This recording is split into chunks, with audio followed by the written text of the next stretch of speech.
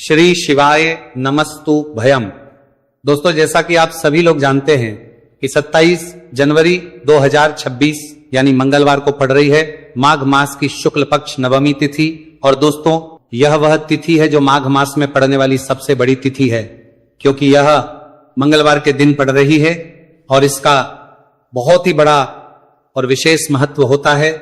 पूज्य गुरु जी ने कहा है कि अगर कभी भी मौका लग जाए और माघ महीने की नवमी तिथि मंगलवार को पड़ जाए तो आप लोगों को एक छुटकी काला तिल वाला उपाय तो अवश्य ही करना चाहिए।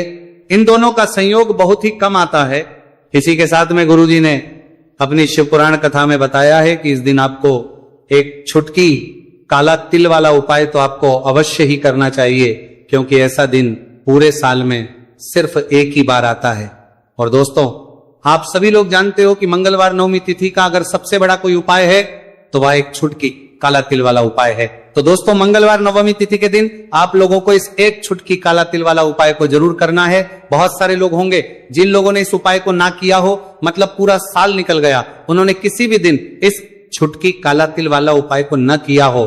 पर दोस्तों, आपके पास एक आखिरी मौका बचा हुआ है, जो कि 27 जनवरी मंगलवार नवमी तिथि के दिन है। इस दिन आप लोगों को इस वाले उपाय को जरूर कर लेना है। भले ही आपने पूरे महीने भर इस उपाय को न किया हो, पर अगर आपने इस महीने के मंगलवार नवमी तिथि के दिन अगर इस वाले उपाय को कर लिया तो आपको इस उपाय को करने का वह फल मिलेगा जिसकी आपने कभी कल्पना भी नहीं करी होगी। इसीलिए आप लोग इस वाले उपाय को एक बार जरूर कर लेना है, ताकि आप लोगों के हाथ से यह मौका ना जा सके और आपको इस उपाय को करने का फल मिल सके। दोस्तों, यह उपाय पंडित जी ने अपनी अभी की ही श्री शिव महापुराण की कथा में बताया है। उपाय को आज हम आपको बहुत अच्छे से समझाने वाले हैं। इस वीडियो को देखने के बाद इस उपाय को समझने के लिए आपको कोई और वीडियो को देखने की जरूरत नहीं पड़ेगी। तो चलिए दोस्तों, उपाय को शुरू करते हैं। देखिए, यह इस माघ महीने के मंगलवार नवमी तिथि के दिन यह इतना खास होता है, इतना महत्वपूर्ण होता है। देखा गया है कभी कभी बड़े बड़े पूजा पाठ अनुष्ठान से जो मनोकामना पूर्ण नहीं होते, वह माघ महीने की मंगलवार नवमी तिथि के दिन एक छोटे से उपाय करने से ही आपकी मनोकामना पूर्ण हो है। और बहुत सारे लोगों ने इस उपाय को किया भी है और उनको इस उपाय को करने का फल भी जरूर मिला है। अगर आप लोग भी इस उपाय को करना चाहते हैं तो आप इस उपाय को पहले अच्छे से समझ लेना, सुन लेना, उसके बाद करना। आपको इस उपाय का फल जरूर मिलेगा। और इस उपाय को कर लेने से आपके घर में चाहे किसी भी प्रकार की दुहक और समस्या क्यों ना चल रही हो, आपको उसका कारण भी नहीं पता है कि भाई यह समस्या किस कारण से चल रही, उसका कुछ भी कारण हो सकता है, जैसे पितृ दोष हो सकता है या किसी भी तरह का मंगल दोष भी हो सकता है। तो इस दिन आप लोगों को यह वाला उपाय कर लेना है। ये एक ऐसा उपाय है जिस उपाय को अगर किसी विशेष दिन पर किया जाए तो भाई उस विशेष दिन का जो है वो तो हमें मिलता ही मिलता है, पर हमने उस दिन पर इस उपाय को किया है तो हमें उससे भी बड़ा फल मिलता है और फल बहुत जल्दी मिलता है, क्योंकि आप इस उपाय को बहुत ही बड़े और विशेष दिन पर रहे हो। तो चलिए अब उपाय के बारे में बात करते हैं, लेकिन उससे पहले आप लोगों को यह जानना आवश्यक है कि आखिर यह उपाय किस समय करना है, किसको करना है और कैसे करना है। तो चलिए हम आगे आपको वीडियो में एक एक करके बता देते हैं। लेकिन उससे पहले अगर आप लोग हमारे चैनल पर पहली अगर बार आए हैं या फिर मेरी आवाज आज पहली बार सुन रहे हैं तो हमारे चैनल को सब्सक्राइब जरूर कर लेना और इस वीडियो को लाइक करके कमेंट बॉक्स में श्री शिवाय नमस्तु भयम ओम नमः शिवाय जरूर टाइप कर देना। तो दोस्तों, इस एक छुटकी काला तिल वाला उपाय को हमें इस मंगलवार नवमी तिथि के दिन कैसे करना है, किसको करना है, किस समय करना है और कहां पर करना है, ये सारे सवालों के जवाब आपको इस वीडियो में मिल जाएंगे। और जो ये वीडियो देखेगा भाई, उसको एक छुटकी काला तिल वाला उपाय जरूर करना चाहिए, क्योंकि इस दिन काला तिल का भी बहुत ही बड़ा और विशेष महत्व होता है। और बात आ जाए एक छुटकी काला तिल वाला उपाय की, तो यह सोने पे सुहागा वाली बात हो जाती है और यह एक बहुत ही बड़ा उपाय हो जाता है इस मंगलवार नवमी तिथि का। तो अब दोस्तों, इस एक छुटकी काला तिल वाला उपाय को आखिर करना किसको है, सबसे पहले हम लोग वो बात जान लेते हैं। तो देखो, घर की जो बड़ी माताएं बहनें होती हैं, उन माताओं बहनों में से कोई भी एक बड़ी माता बहन इस वाले उपाय को कर सकती है। और दोस्तों, अगर आप तो अपने घर में से सभी सदस्यों को भी इस उपाय को करवा सकते हैं। अगर किसी व्यक्ति की खुद की कोई मनोकामना है, खुद की कोई दुख और परेशानी है जो कि वह अपने लिए ही करना चाहता है इस वाले उपाय को, तो वह खुद अपने लिए भी कर सकता है। बाकी अगर कोई घर में से ऐसा है जो कि अपने पूरे घर परिवार की सुख और शांति के लिए यह वाला उपाय करना चाहता है तो भाई वो भी कर सकता है, उसमें भी कोई दिक्कत वाली बात नहीं है। कहने का मतलब है कि इस उपाय को हर एक सदस्य भी कर सकता है और पूरे घर परिवार के सदस्य के लिए घर की बड़ी माताओं बहनों में से कोई एक माता बहन भी कर सकती है। माताएं बहनें अगर घर में उपस्थित ना हो या वह यह वाला उपाय ना कर पा रही हो तो फिर घर का कोई बड़ा सदस्य भी इस एक छुटकी काला तिल वाला उपाय को कर सकता है, चाहे फिर वो पुरुष ही क्यों ना हो, उसमें कोई भी दिक्कत वाली बात नहीं है। उसके बाद में दोस्तों जो अगला प्रश्न निकल आता है वो यह आता है इस उपाय को लेकर कि आखिर इस उपाय को हमें किस समय करना है, सुबह के समय करना है कि शाम के समय करना है। तो देखो इस वाले उपाय को आप लोग सुबह के समय भी कर सकते हो और शाम के समय प्रदोष काल में भी कर सकते हो। अब अगर आप पूछो कि भाई साहब सबसे उत्तम समय कौन सा रहेगा इस एक छुटकी काला तिल वाला उपाय को करने का, तो हम आपसे बस यही कहेंगे कि इस उपाय को आप सुबह के समय करेंगे तो ज्यादा बेहतर होगा।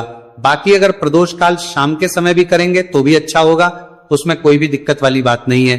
तो अब दोस्तों जो अगली सबसे बड़ी और महत्वपूर्ण बात आती है वो ये आती है कि सुबह अगर हम उपाय को करेंगे तो हमें कितने बजे से लेकर कितने बजे तक के बीच में करना है, और शाम के समय प्रदोष काल में करेंगे तो हमें कितने बजे से लेकर कितने बजे के बीच में करना है। तो देखो सुबह जितनी जल्दी हो सके आप उपाय को करने की कोशिश करना कि अगर किसी कारणवश लेट भी हो जाओ, थोड़ी देर भी हो जाए तो 10 या 11 बजे तक भी आप उपाय कर लेना, पर 12 बजे से ज्यादा देरी ना हो, ठीक है, इस बात का ध्यान रखना। उसके बाद में दोस्तों अगर शाम के समय प्रदोष काल की बात करें, प्रदोष काल का जो समय है होता है वो शाम के 6 बजे से शुरू हो जाता है, मतलब शाम के 6 बजे से लेकर 7 बजे के बीच का जो समय होता है यह समय प्रदोष काल का समय होता है। तो आप उपाय को 7 या 8 बजे के बीच में भी कर सकते हो, मतलब शाम के 6 बजे से रात 8 बजे के बीच में आप कभी भी इस वाले उपाय को कर सकते हो, उसमें कोई भी दिक्कत वाली बात नहीं है। देखिए यदि आपके जीवन में संकट बहुत ही अधिक चल रहे हैं, समस्याएं बहुत ही अधिक चली हो, एक एक रूप खर्च करने आपको बस ओढ़ रहा है, भूमि से जुड़ी हुई कोई भी समस्या हो या फिर आपके विवाह से जुड़ी हुई कोई भी समस्या हो या आपके व्यापार से जुड़ी हुई कोई भी समस्या हो, तो आपकी ये सारी समस्या इस मंगलवार नवमी तिथि के दिन समाप्त होने वाली है। तो चलिए दोस्तों जानते हैं उस विशेष उपाय के बारे में। देखिए इस वीडियो में हम पूज्य गुरु जी द्वारा बताए गए 3 बहुत ही चमत्कारिक उपायों के बारे में जानेंगे। देखिए ये जो उपाय है आपके जीवन से दुर्भाग्य का तो अंत करेंगे ही, साथ ही साथ यदि आपके जीवन में धन की समस्या चल रही है तो वह सभी भी आपकी समाप्त हो जाएंगी। देखिए गुरु जी ने बताया है कि जब भी मंगलवार नवमी तिथि का दिन पड़े तो हमें कर्ज मुक्ति के लिए कुछ उपाय करने चाहिए। इसी के साथ हमें धन प्राप्ति, भूमि से जुड़े कार्यों और विवाह के लिए भी उपाय करने चाहिए। तो चलिए दोस्तों जानते हैं गुरु जी द्वारा बताए गए सबसे पहले उपाय के बारे में। देखिए यह उपाय विशेषकर उन लोगों को करना है जिनकी भूमि से जुड़ी कोई भी समस्या चल रही हो, यानी कि उनकी भी जमीन से जुड़ी हुई समस्या चल रही है, यानी कि जो लोग मकान खरीदना चाहते हैं या फिर उनका खेत से जुड़ा कोई भी केस चल रहा है, या फिर जिनके भी विवाह में विलंब हो रहा है, या फिर जिन भी लोगों के जीवन में कर्ज बहुत ही अधिक बढ़ने लगा है, कर्ज जो है वो चुका नहीं पा रहे हैं, तो गुरुजी ने कहा है कि ऐसे लोगों को यह उपाय करना चाहिए। देखिए इस उपाय के लिए आपको थोड़े से काले तिल ले लेने हैं। देख आपको मात्र 1 चुटकी काले तिल ले लेने हैं, इसी के साथ में आपको थोड़ा सा शहद ले लेना है, फिर सबसे अंत में आपको 1 लोटा शुद्ध जल ले लेना है।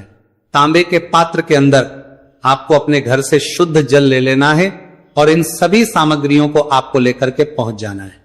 भगवान शिव के मंदिर में देखिए पूज्य गुरु जी ने बताया है कि इस उपाय को आप सुबह से लेकर के शाम तक किसी भी समय में कर सकते हैं। देखिए मंदिर पहुंचने के आप जो काले तिल लेकर के गए थे उनमें आपको थोड़ा सा शहद लगा लेना है। देखिए आप जो शहद लेकर के आए हैं उस शहद में आपको ये काले तिल अच्छे से डुबो देना है और शहद से युक्त ये जो काले तिल हैं इन्हें आपको शिवलिंग पर अर्पित कर देने हैं, या फिर आपको शिवलिंग के चारों तरफ अच्छे से काले तिल का लेपन कर देना है। पूज्य गुरु जी ने बताया है कि लेपन करते समय यदि आपके जीवन में कर्ज से जुड़ी समस्याएं चल रही हैं लेपन करते समय आपको आर्यन मुक्तेश्वर महादेव का स्मरण करना है, या फिर आपके जीवन में विवाह से संबंधित या फिर जमीन से संबंधित कोई भी समस्या चल रही है तो फिर आपको मंगलेश्वर महादेव का स्मरण करना है।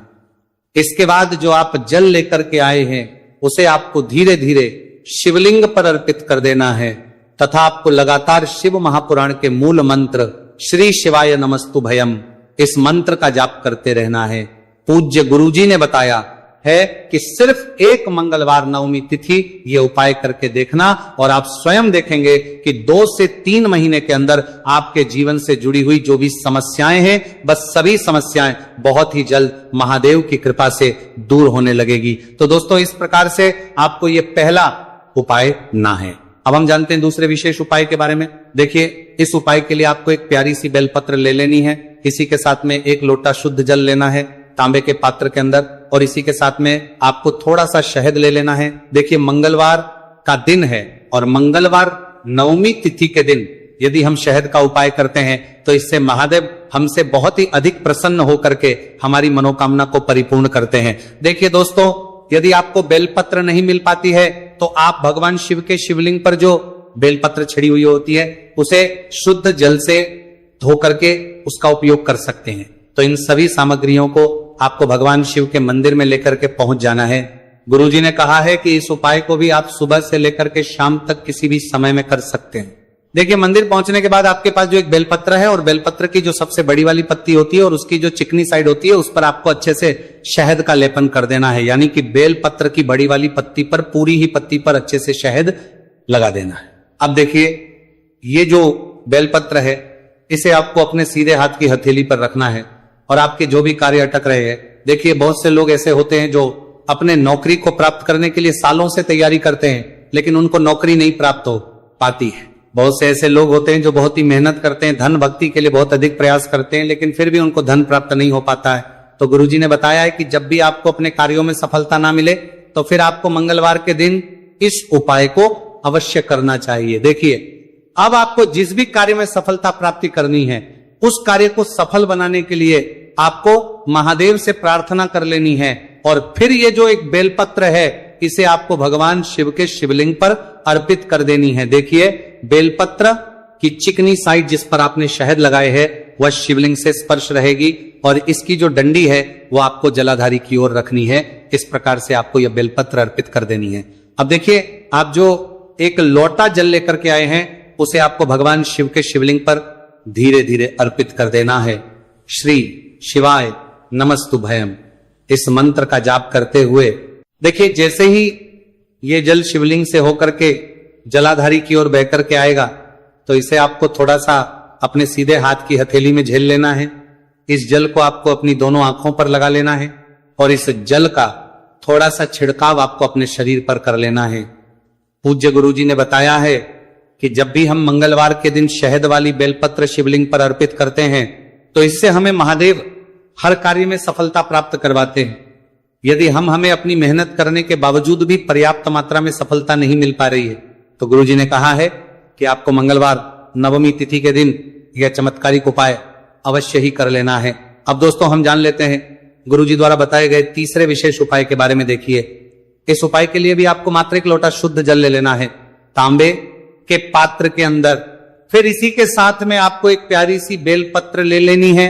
बेलपत्र आपको ध्यान रखना है कि कैसे भी कटी हुई खंडित नहीं होनी चाहिए। अब देखिए मात्र 2 सामग्री लेकर के आपको भगवान शिव के मंदिर में पहुंच जाना है।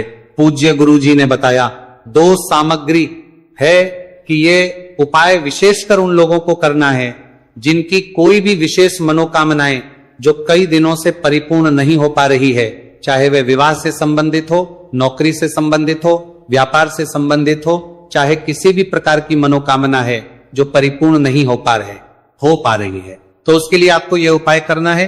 देखिए इस उपाय को भी आप सुबह से कि शाम तक किसी भी समय में कर सकते हैं। देखिए मंदिर पहुंचने के बाद सबसे पहले तो आप बेलपत्र लेकर के आए हैं, उसे आपको अपने सीधे हाथ की हथेली पर रखना है और आपको महादेव से प्रार्थना करनी है कि हे मेरे महादेव, मेरी ये जो मनोकामनाएं बहुत दिनों से अधूरी है, मैंने कई प्रकार के उपाय कर लिए हैं, कई प्रकार के व्रत कर लिए हैं, लेकिन अभी तक मेरी मनोकामना परिपूर्ण नहीं हो पाई है।